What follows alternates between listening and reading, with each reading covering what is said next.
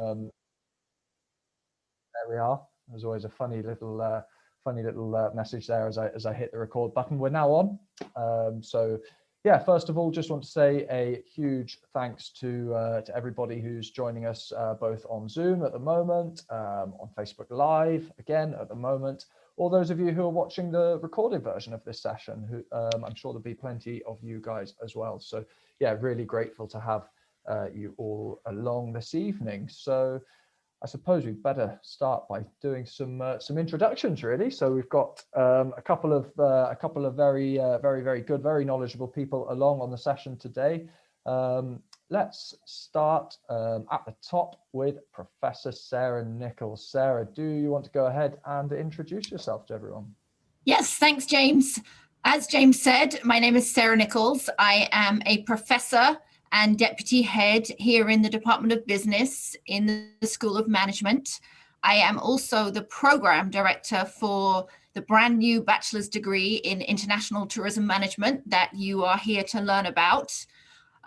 It might not sound like it. I am originally from England. I grew up in Kent, but I have spent the last 25 years studying and then working in the States, in Colorado, in Texas, and in Michigan. And I came back here about 2.5 years ago to join the Swansea team and help set up the program that we are thrilled to share with you this evening.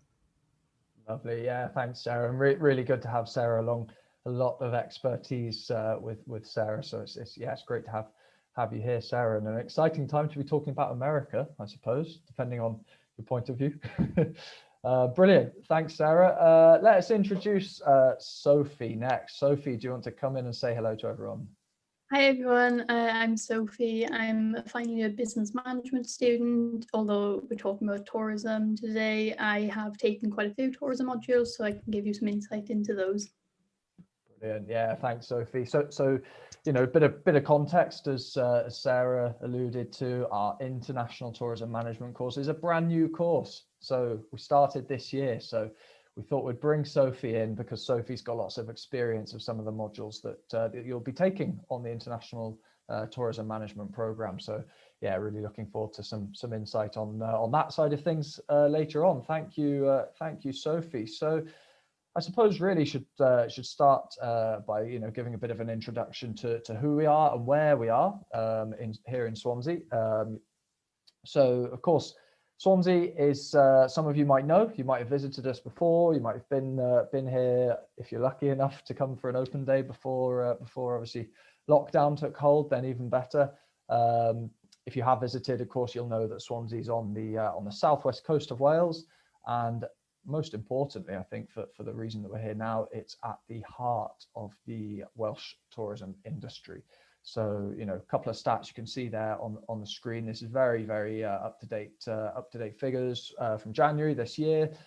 Visitors spending £6.3 billion in the Welsh economy in 2018, and of course you can see illustrated there as well that this is not just local spend. This is spend from all over the world. So people coming from as far afield as you can see as Australia, Canada, lots of European visitors too, and you can also see there that nearly 10% of the workforce in Wales is employed within the tourism industry there too. So, you know, Swansea, it's not just a pretty beautiful spot to study, but you're at the heart of the tourism industry for sure. So this is us, this is where we are. And of course, Swansea, you know, as a city, it looks a little bit like this. You know, when I say that we're at the heart of the Welsh tourism industry, it's because we've got fantastic locations. Sorry about that. Fantastic locations like those that you can see on the screen. So that photo of the sunrise in the morning, I was fortunate enough to take that photo on my way into work one morning not too long ago. It is a stunning place, and that's why people come here on holiday. They come to visit, they come to spend time here as well. You know, we'll go into this in a little bit more detail later on, but we're surrounded by areas of outstanding natural beauty. Quite literally, the Gower Peninsula was designated exactly that in the 1950s. It was the UK's first area of outstanding natural beauty. We've also got the Brecon Beacons National Park not too far away as well, and of course lots and lots of beaches, which is what Gower and Swansea is famous for. So, you know, when you're thinking about tourism and you're thinking about lots of case studies, lots of industrial opportunities, work experience opportunities, you needn't look much further than what we're so fortunate to have on our doorstep right here, right now. So that's the city, that's the locality. What about us as a university? Well, you can see flashing up on the screen here. Sorry, a couple of issues with the timings there. Not quite sure about that. But yeah, as you can see on the screen now, we have got two campuses. So we've got the Bay campus, and that's where we're based within the School of Management on the Bay campus. It's a brand new facility, so it was opened in 2015. So very, very modern environment, quite an exciting place to be based. Now, at the School of Management, we're joined, as some of you might know already, by engineering, by science as well. And perhaps most importantly, a lot of our industrial partners work on the Bay campus too. So, you know, we in the School of Management work very closely with the likes of Fujitsu, with Pfizer, and a few others as well.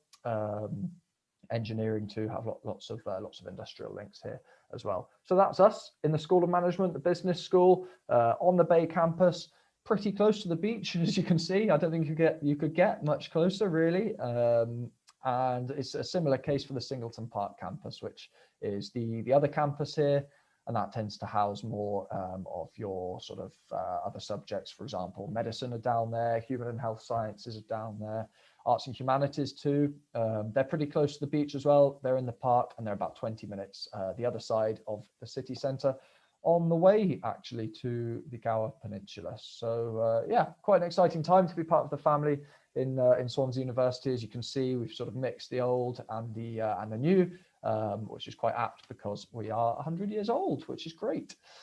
So that's enough really talking from my end. You know, the main point of this session really is for us to tell you about tourism and about why now is such a good time to be studying tourism. A lot of people are surprised when they hear me say that, because they think, oh, coronavirus and travel restrictions and so on and so forth. Why on earth would I study tourism now when there's so much going on? And that's exactly it. And we'll get into it very shortly, because there's a lot of reasons why this is such an important time to really start understanding the tourism industry and its role in life in the UK or overseas as well. You know, most nations across the world have got a tourist economy, which is quite important to them. So please ask us your questions throughout the course. If you're on Facebook Live, you can just comment underneath the stream. My colleague Pete, he's in the background. You can't see him, but he's in the background working hard, and he's going to send in any of the best questions that come in on Facebook for us to tackle. As well as that, of course, if you're on the Zoom stream at the moment, just use the Q&A tab. I'm going to try and point to it there. You know, send your questions in as we go through the session, but do bear in mind the last sort of 10-15 minutes or so will certainly make time to have a Q&A, proper Q&A chat as well. So yeah, please do keep the questions coming. Of course, if you're watching the recording here, then you know, doesn't mean you can't ask us your questions. Of course, you can anytime. You can see our contact details in the bottom left-hand side of the screen there. So somrecruitment@swansea.ac.uk. Drop us a message, and don't worry, we'll flash those details up on the screen later on as well. So let's get started. So simple question: why should we be studying tourism right now? And let's go over to Sarah, Professor Sarah Nichols, who's our expert when it comes to this. So Sarah, why on earth should people be studying tourism? Well, great question, James. And as you have alluded to, until March of this year, I really would have described tourism as one of the world's largest, one of the world's fastest growing, but also one of the world's most resilient industries. Obviously, coronavirus has changed that. It's changed every aspect of everyone's everyday life. We know that international travel has plummeted. We know, if you move on to the next slide, that the transportation and hospitality sectors, so that would include hotels, restaurants, bars, attractions, events. In many countries, those sectors are on their knees right now. And we know that where travel is allowed, in some places, we're actually seeing anti-visitor sentiment. So in some communities, the residents are understandably scared that new people coming into their communities, visitors, will bring coronavirus with them. So having said that, the lockdowns that we're currently seeing will end sometime, sooner or later, hopefully sooner. Travel restrictions will be lifted, and the tourism industry certainly will rebound. Our desire to travel for leisure purposes as a human race is really absolutely insatiable. And the amount of pent-up demand for leisure travel that is building up now is really going to be incredible. And I think when this particular pandemic is over with, if we move on to the next slide, we can see that probably we'll begin to be reminded of some of the other issues that were facing tourism before coronavirus. So one thing that I focused on a lot in my career is the impact of climate change on destinations. And tied to that is actually the impact of the contribution of tourism to climate change. So that's a two-way relationship where we see tourism contributing to climate change, as well as tourism being very impacted by climate and associated environmental change. You may well have heard of the term over-tourism in the media, and that really refers to some places around the world like Barcelona and Venice that have actually seen residents protesting against the presence of visitors due to some of the negative economic and social cultural impacts that too much tourism and too many tourists can have within a destination. So when coronavirus clears and we begin to be reminded of all of the other issues associated with travel and tourism, I think now more than ever, we will desperately need a new generation of tourism professionals who are really ready, prepared, skilled, have the right knowledge to go out and influence the development and the growth of the tourism industry into the future. And so that would really mean people who understand tourism from a holistic perspective, and people who can really help guide tourism towards a more responsible and a more sustainable future. And we really hope that the degree that we have put together will provide that combination. So we know that tourism is a very complex sector. It's very fragmented.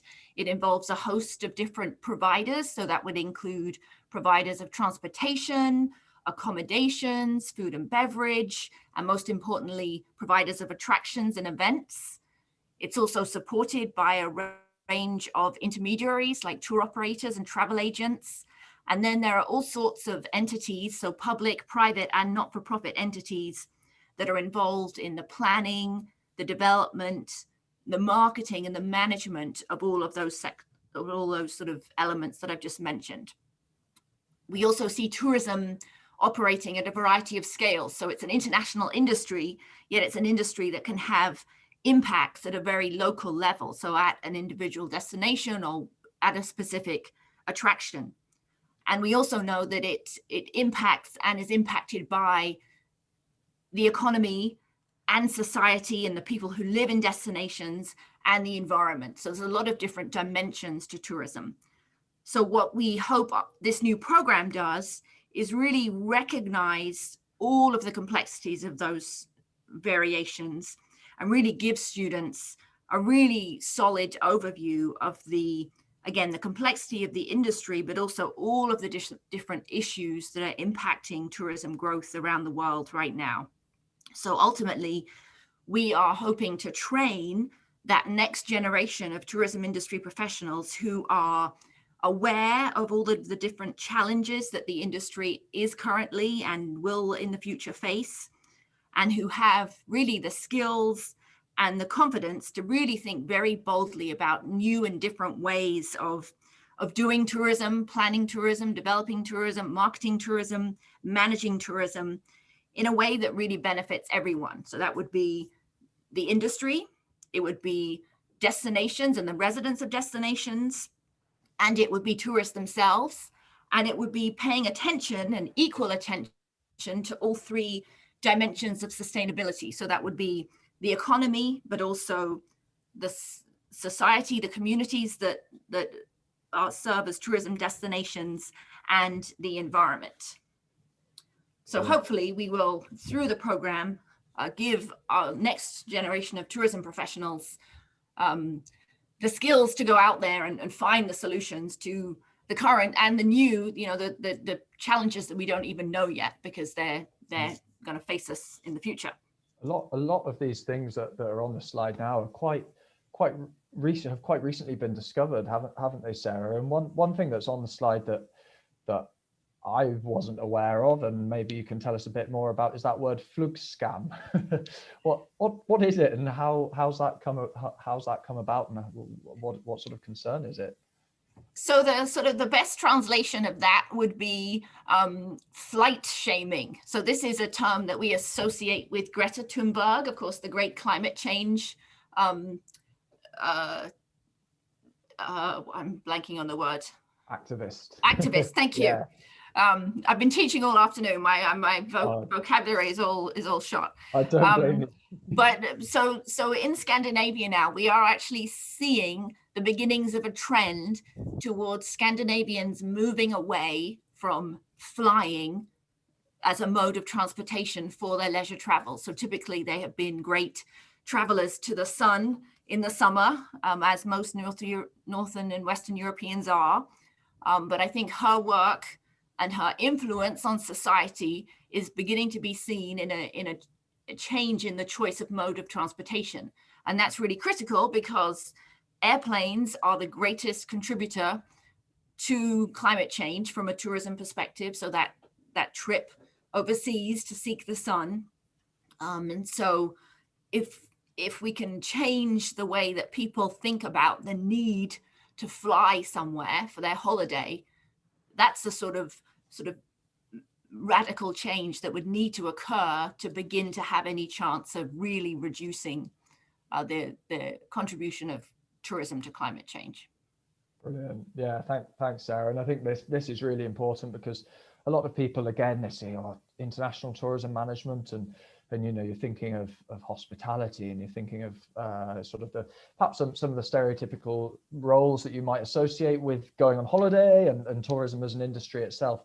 This is about, as Sarah said, managing some of these really very modern, very ongoing, evolving situations over tourism, the flight shaming that Sarah's mentioned, and of course the elephant in the room is COVID. So yeah, we'd hope to give you the sort of the ability to think and find the solutions for things like COVID, like climate change, and who knows, maybe there'll be other challenges too that need the expertise to be able to solve. Brilliant. Let's move on. So we've talked about tourism and the industry itself and some of the challenges there. What about tourism in Swansea? Why is Swansea in particular quite a special place to look and to study tourism, Sarah? What would you say? I mean, I've put a few things on this slide, but I'm sure there's more as well. Well, I think you've captured the three critical competitive advantages that we can offer here at Swansea. So first, as you have emphasized already, James, is our location. So besides having a fantastic location to study, a dorm on the beach, from a study perspective, you would really be based in the heart of the Welsh tourism industry. So Swansea obviously is a major city within Wales, so it's very reliant on leisure and business travel. But we're also close to places like the Brecon Beacons and Snowdonia, where we see fantastic outdoor and adventure type tourism opportunities. We're minutes from the Gower Peninsula. We're close to Pembrokeshire, so two of our most outstanding coastal tourism destinations. So this means you're going to have a great chance to go out and be a tourist and enjoy these places, as well as to look at them from the perspective of a student of tourism. So they're going to provide us with fantastic case studies of tourism planning and tourism management and tourism marketing, where you're not only going to hear about those things from us in the classroom, but we're going to have the chance to actually go out to these places and meet the people who are offering tourism opportunities or managing tourism attractions, and sort of see them in practice, and meet the people and get a sense of the behind the scenes, what it's like to operate a tourism attraction or an accommodations provider in a Welsh context. We have fantastic, highest rated teaching expertise here at the university. So our school is rated gold in the teaching excellence framework. That's as high as it gets. We have currently a team of 5 of us teaching in the tourism area. We'll soon be expanding to 7 or 8. Just the 5 of us come from 3 different continents, and we've lived or worked or researched on every continent but Antarctica. So we have fantastic living and working and researching experience from pretty much every sort of tourism environment you can imagine. And we also are really, really strong here at Swansea in terms of opportunities to get you, again, out of the classroom and into real world settings. So on the right-hand side, you see a picture of last year's class in Nepal. So they went there for a couple of weeks as part of a second year module. And this was really a chance for them to see and experience everything that they had learned in their first and second years in the reality of a Nepalese setting. So they had a chance to meet with the people who live in this community. They had a chance to meet with people who own and operate tourism businesses. They met with policymakers. They met with people who market this area as a destination. That's obviously the more exotic type of trip. During the term, we would have, obviously this is all subject to COVID restrictions, but we would have the chance to get down into Swansea and visit local hotels, visit maybe local sporting venues, get over to the Gower and meet some of the providers on the Gower, some outdoor activity providers.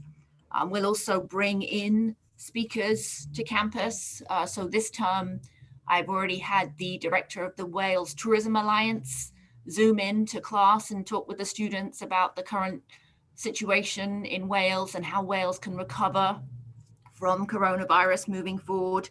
So we really offer all of these opportunities to, again, take what you've learned in the classroom and see it and apply it and critique it in the real world with people who are, working in tourism as they're living. Amazing. Yeah, God, it does sound exciting. And as you say, we had a question come through, and I know we're going to do a bit of a Q&A at the end, but it's probably quite a good time to tackle this now. And the question has come through Zoom, one of our Zoom guests, anonymous. What jobs can you do with the degree? And I think that's quite a good one to answer now, because this isn't a degree that's going to prepare you to, to work in a hotel or something like that. We're getting under the skin of the tourism industry. Is that fair to say, Sarah? Yeah, so I wouldn't say that it couldn't train you to work in a hotel, but I think we're really thinking about tourism again, in a more holistic sense. So, we're not a catering school. We're not a hotel school per se. We're not going to teach you silver service, for example. But we would hope that you could go and work in, at the management level in a hotel, or really at the management level in any type of tourism provider. So that might be a transportation company, which could be anything from, coaches to the airline industry, to the rail industry, with any kind of accommodation provider, with an attraction or an event. So those sort of management options. But we would also hope that you could go out and, make a contribution in a natural area. So like a national park, or with another natural resource type entity. Marketing tourism is also obviously a major part of the industry. Most county councils, and almost every country in the world has a tourism marketing and promotion agency. that would be looking for people who, again, have skills in business and marketing, but also have a holistic understanding of the industry and how tourism influences destinations, but also the sorts of factors that influence tourism. And those entities could be governmental agencies, from, again, sort of local county councils up to national government. You could find a career in a not-for-profit, say the National Trust, or of course in the private sector where most tourism activity occurs. That, though, could be anything from starting your own business to working for a mega international corporation, like again, an airline, or a major hotel company like Marriott or Hilton. Brilliant. Yeah, no, it's exciting. A lot. Yeah, big world out there, and lots of opportunities for sure. Shall we have a look? We've probably got about 10 minutes, 5-10 minutes left of this section. Then we'll definitely jump into more questions. I can see a few coming already. Let's have a look, Sarah. Perhaps should we make some introductions, I suppose, to some of your colleagues who help you run the program? Yeah, absolutely. So as I said, there are currently 5 of us, and we are looking to hire 2 or 3 new colleagues before September. So here you're seeing 3 of us. So I'll start on the left. So Maggie is from the US originally. She has expertise in the areas that you see listed in the bottom section of the slide. Maggie teaches one of the 2 year 1 modules, so you would meet her in your second term on campus. She also co-delivers the trip that you would take, the international trip, again, all being safe and well COVID wise, that you would take with her and Carl at the end of your second year. Carl in the middle has had a lot of experience living and studying and working in Australia. So he's had a lot of experience at the other side of the world. He also teaches our entrepreneurialism module. So you would have actually 2 modules with Carl in the second year. And then I teach, actually, I'll talk about this a little bit in more detail a little bit later, but I teach the very, very first module on the program, and then one of the last modules on the program. So you would sort of see me at the beginning and the end. And then the 2 colleagues you don't see listed here are Tiffany Lowe and Brian Garrett, who teach primarily tourism marketing and sustainability aspects of tourism. Brilliant. That's great. Lovely. Thanks, Sarah. Yeah, so a wealth of expertise, and I apologize. I could only fit 3 of you on the screen. I'll have to rejig my slide next time, I think. But yeah, and when there's 7 of you, it's going to be a busy one. Brilliant. Yeah. So yeah, quite a wide range of experience, definitely amongst the teaching staff. Now, rather than essentially, when we put this session together, we thought, well, we don't really want to bore you all with a long session about every module and lots of insight into what you study in each module. Instead, I decided it'd be a good idea to put Sarah and Sophie, who's here as well, on the spot and ask for a module highlight, a favorite module, a module that you think is really really engaging or gonna capture people's imagination as perhaps a good representation of the International Tourism Management Program. So Sophie, I'm going to bring you in first to put you on the spot. What would you say is your favorite or your most popular sort of tourism related module that you've studied at Swansea University? I would probably say marketing places. So Tiffany taught that last year, and honestly, I went into it not really knowing anything. I thought I like marketing, so I thought I'll do something with the marketing module. Ended up just loving it. It was so good. Like, you learned everything about destination marketing, culture marketing, how to market different places. So I did a combination of how the Brecon Beacons National Park is marketed compared to Egypt. which are Wow. two very different things. But it was quite interesting doing the research and finding out how the different cultural aspects kind of take part in that, and kind of the different people that go to the different places. Like you may have very different kind of demographics going to Egypt compared to Brecon Beacons, but it was really interesting, and we kind of found out tons of different ways like countries and continents market their their main destinations, and even their smaller destinations. Like I come from a small village on the very edge of the Brecon Beacons called Pontley Thorn. A lot of people know it because of the four waterfalls, and it's really pretty. But it's ridiculous seeing the past like even 5 years, I'd say, how like increasingly popular it's becoming, just because Visit Wales have marketed it so well, and their social media channels have become so popular. But yeah, the marketing tourism aspects of that was absolutely incredible, and I'm so glad that I took it. Yeah, that's interesting. So there's obviously, you've learned about how to market a destination and so on, but also to be aware of the impact of marketing destinations can have. I suppose that's a case where, and Sarah mentioned earlier, over tourism and some of the things that we need to manage, over the long term there. That's a great example. You can market a place too well, and then obviously you said you live on the edge of the Brecon Beacons yourself, and you've seen what the damage can be from that, I suppose. Yeah, definitely. I mean, it's great seeing people come into the village and like having the economy boost because of it. But at the same time, the traffic congestion, the littering, it has been like, you can see that there's a difference. But you've got the good people and the bad people, but we've got to take what we can get, and it's good that the tourists are putting their money into the areas. So I suppose we can't complain because our facilities have improved over the past few years. Definitely, that's interesting. Yeah, so marketing places for you, Sophie and Sarah.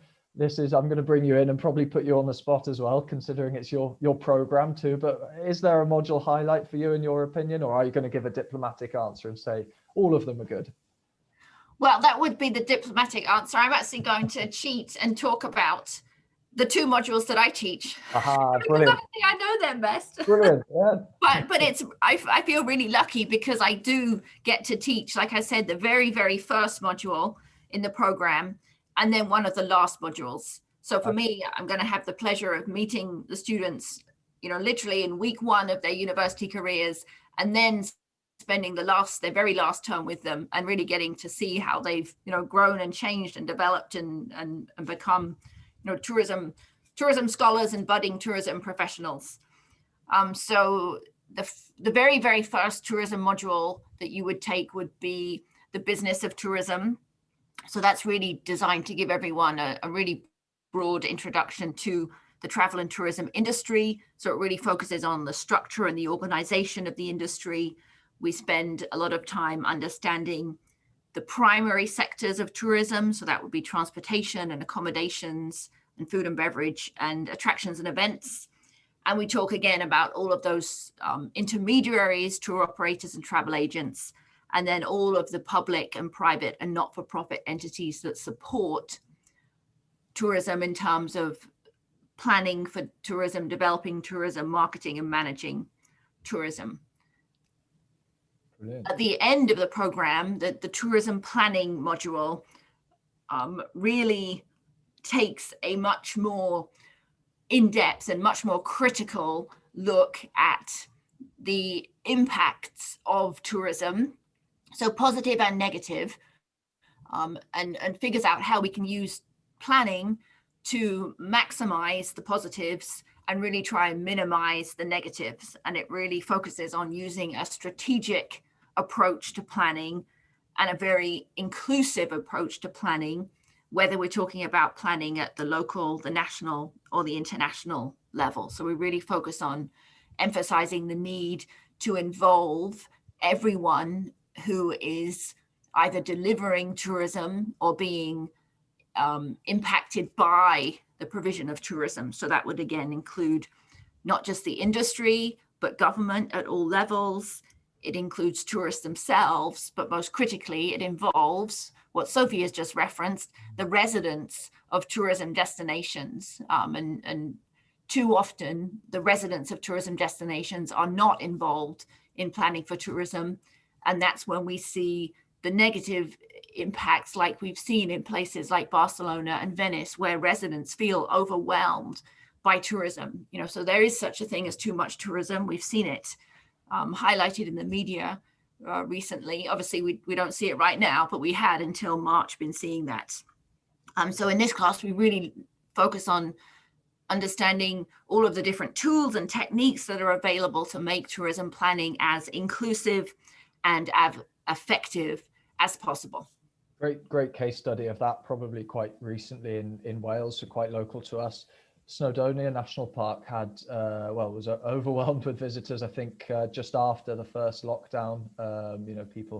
People going for their walk up Snowdon and so on, and therein lies the problem, and therein lies the need to, as Sarah's said, I suppose, plan how you're going to manage that situation. Plan where are people going to park? What's the impact on the local economy and environment going to be? And yeah, there's probably a case study in there somewhere for any of you that do want to get stuck into this program for sure. So yeah, good stuff. So yeah, I mean, I'm not going to, like I say, we're not going to bore you with loads of details about every single module here. Those ones definitely sound pretty exciting. What we will do after this, so for those of you who are on Zoom with us now, we'll send you a few details after the session, but we will send you a full overview of the course with all the different modules that are on there as well. If you're not on the Zoom at the moment, if you're on Facebook Live, or if you're watching the recording, then of course get in touch with us. We can send that over to you straight away.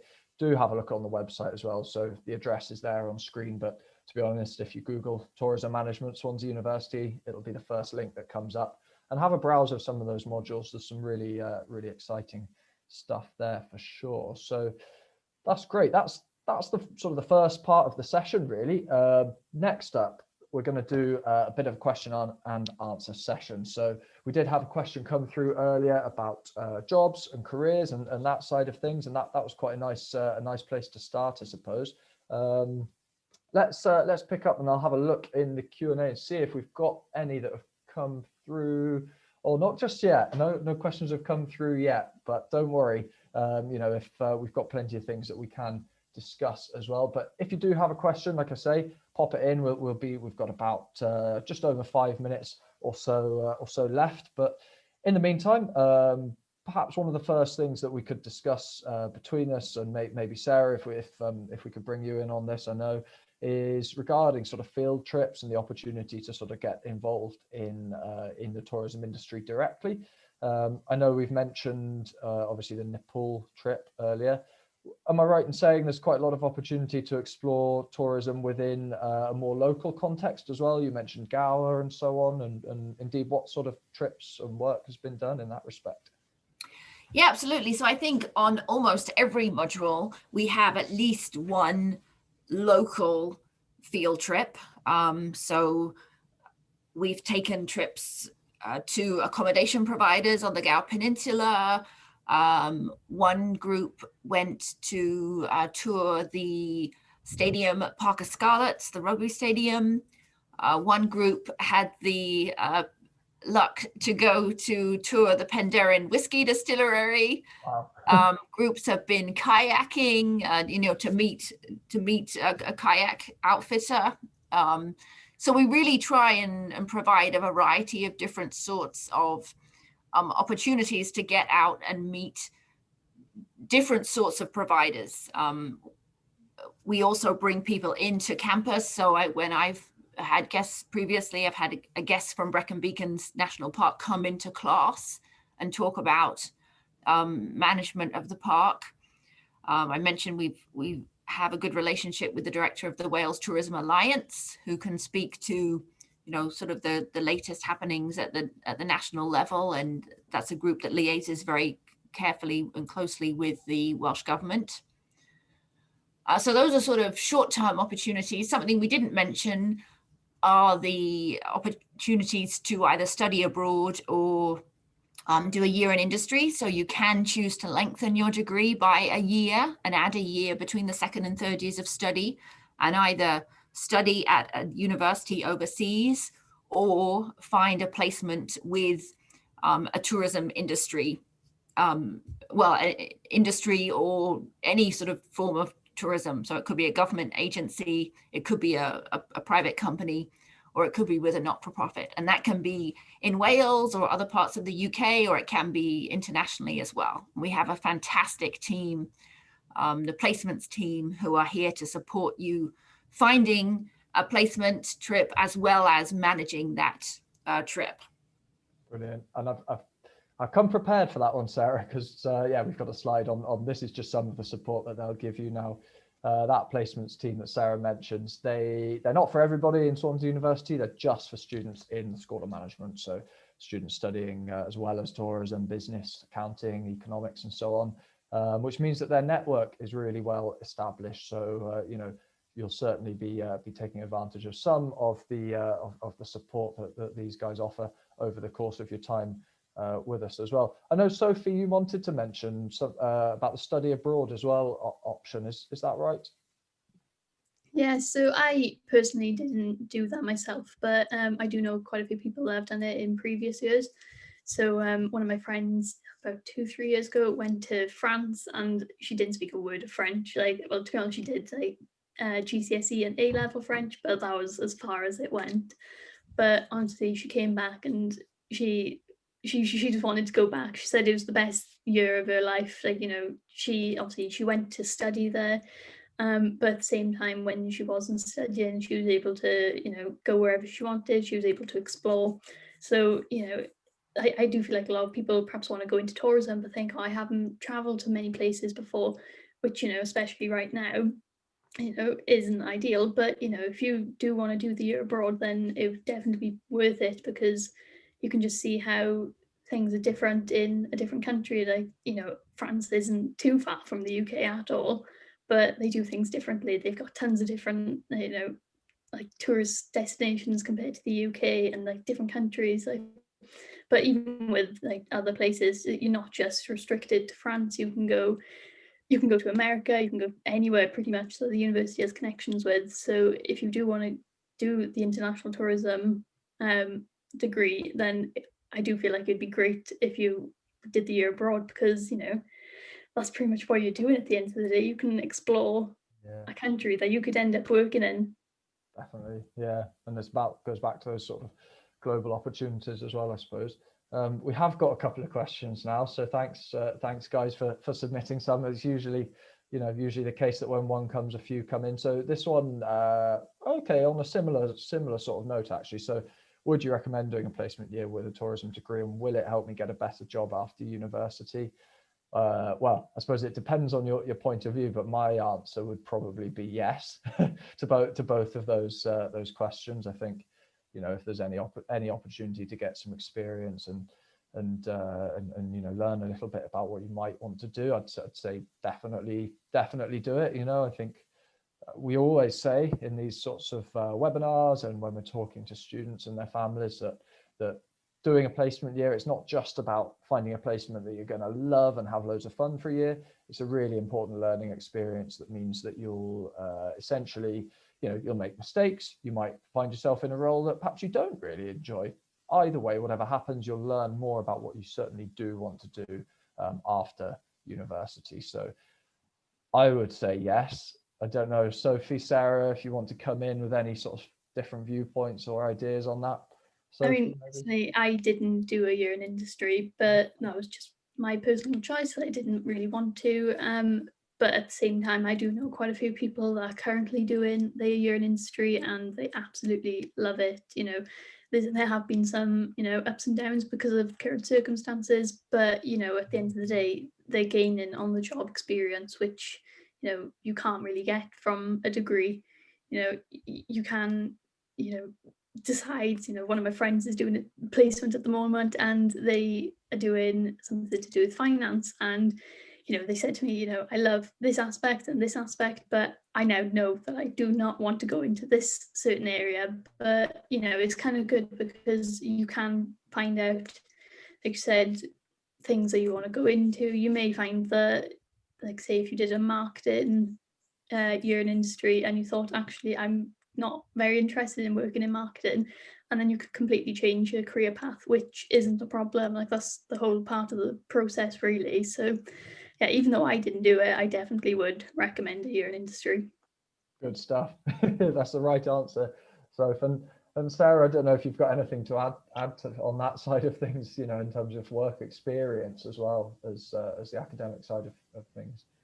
Yeah, I mean, I think I would reiterate what you both said, that absolutely, if you have the chance to add in that year and either study abroad for a year or find a placement, I think those sorts of experiences, you know, we can't teach those sorts of experiences in the classroom. They're the sorts of learning moments that you can only have, you know, out in the real world, in a different place, in the working environment, or you know, in another country. I think maybe some students are put off by the you know, it's a whole year. But I would say, you know, I think a year seems like a lot more time when you're younger. The older you get, you realize that a year is really only a tiny slice of a lifetime. And I think the learning opportunities and the life experience are well worth taking the year. Brilliant. Yeah, good shout. Okay, we've got 3 more questions. Now, I'm well aware that time's gone on a little bit, so I'm going to raise a bit of a challenge for you both now, and we'll say let's do 30-second answers to the remaining questions. Hopefully that's doable. So, okay, Sarah, this one's probably a good one to bring you in on.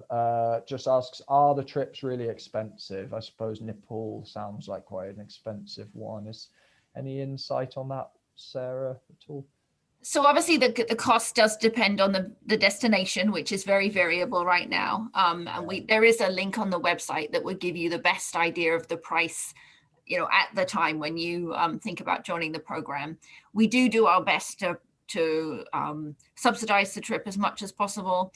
And we are looking at a model for future years of getting the student group to crowdfund their own trip. So sort of tying it into some sort of activity with a portion of the monies going to a good cause at the destination.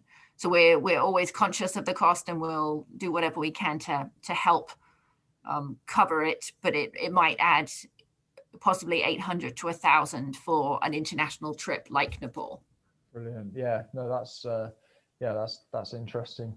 So yeah, plenty of variety, and as we say, we're fortunate in Swansea that you don't necessarily have to really travel that far to find some great examples and case studies. Okay, that's a good one. That was a bit longer than 30 seconds though. So Sophie, this one's a good one for you. Sophie, what's Swansea like to live as a student, and is it expensive? In terms of cost, I wouldn't say it is. It's one of the cheapest university cities in the UK.